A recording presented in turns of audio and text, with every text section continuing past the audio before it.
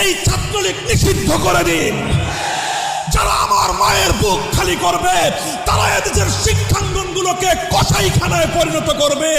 আমার মায়ের সন্তানেরা পড়তে গিয়ে লাশ হয়ে মায়ের করে ফিরে আসবে। এমন ছাত্র রাজনীতি আমরা দেখতে চাই না।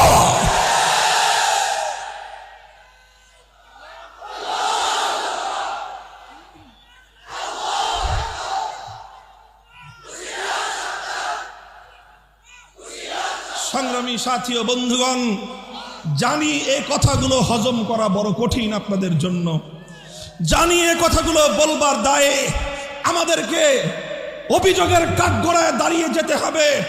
কিন্তু একবার চিন্তা করুন সেই সন্তানহারা মায়ের কথা, একবার চিন্তা করুন যারা এভাবে টর্চার সেল তৈরি করেছে।